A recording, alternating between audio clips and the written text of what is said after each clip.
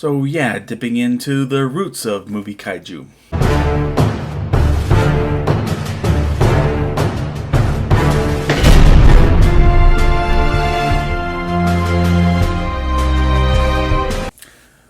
Welcome to my channel, KC. That's me, Kaiju the Sledge storyteller, here to talk about the art of storytelling and its many mediums and its history. But if you like this video, please click like. If you like this channel, please click subscribe, and while you're at it, click the notification bell. Thank you. Now, the term kaiju became popular with Godzilla and other giant monsters of Japanese design, and it soon applied to all giant monsters coming from all cultures, present and past.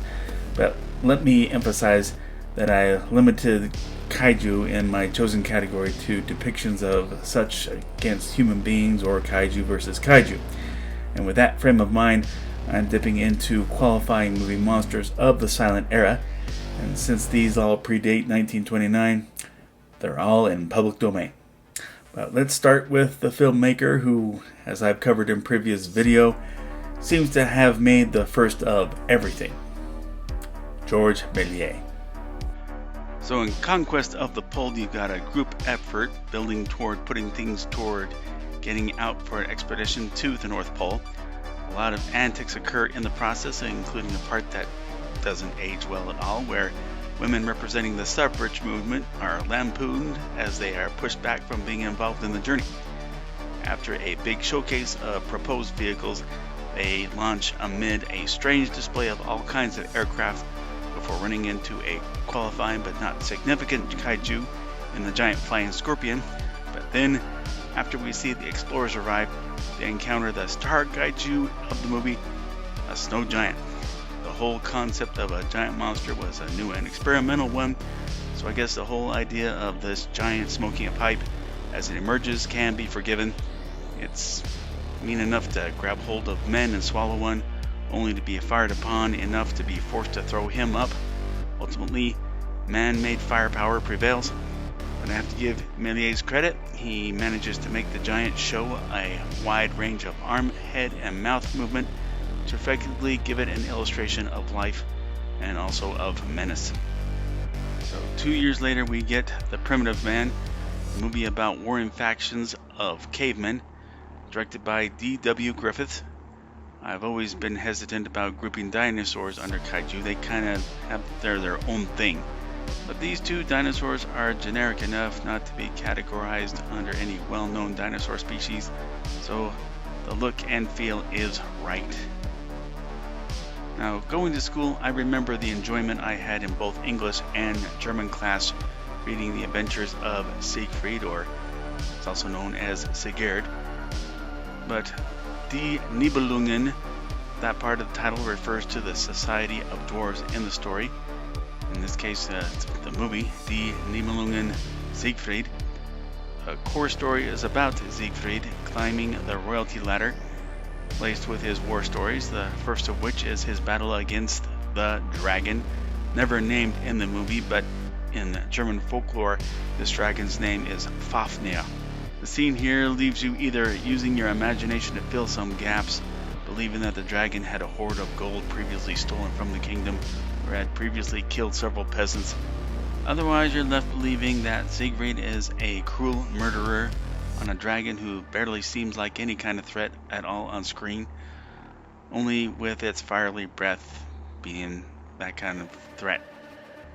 But in fairness, it would be another year before giant monsters would be depicted in a convincingly threatening fashion against people. But before we go there, we'll stick around in 1924 for one more movie, that being The Thief of Baghdad. It's worth mentioning that watching any movie depiction of The Thief of Baghdad gives you vibes of Disney's Aladdin, and the makers of that film openly admit to drawing inspiration from this movie as well, from the Aladdin story. You've got that same depiction, in this case, of a young man, Ahmed, played by the premier action star of his day, Douglas Fairbanks. At the beginning of the movie, he's living on the street, but he makes that bold decision of taking on the guise of royalty to win the heart of a princess. He, along with other competing suitors, have to leave the city in search of the rarest treasured relic they can get. Ahmed's chosen journey leads to encounters with this movie's kaijus. First, a dragon, no doubt a small crocodilian with dragon prosthesis. Then a giant bat. And a giant sea spider. But for its time, these are mightily impressive creature depictions where you get the full feel of their menace as well as their fiery threat. Finally, Lost World, and moving 1 year as promised. The dinosaurs depicted here have their kaiju moments. Based on the novel written by Sherlock Holmes creator Sir Arthur Conan Doyle, who was around to see this movie and loved it. And I almost feel like I just have to bring this into the video just because it has a huge movie effects milestone. Willis O'Brien's work here was his own little hobby of stop motion animation where he perfected that craft to make it work here. Obviously this is why he got picked up for this. And nowadays, while we easily pick up on the unnatural jerkiness of the motion here shown with these dinosaurs, it had the same effect on its audience as did Jurassic Park in 1993 with CGI and close-up animatronics. It's got some good dinosaur versus dinosaur moments, and a breakout by the Brontosaurus into the streets of London that O'Brien would repeat as he ran King Kong through the streets of New York in the same fashion. But that's my showcase on silent movie kaiju. Thank you for watching. Agree, disagree, or something I left out? Please let me know in the comment section. And let's all look for civility amid all bad news out there about social and political strife. Let's not hate, and let's find friends wherever we may go. Everyone be safe, and God bless.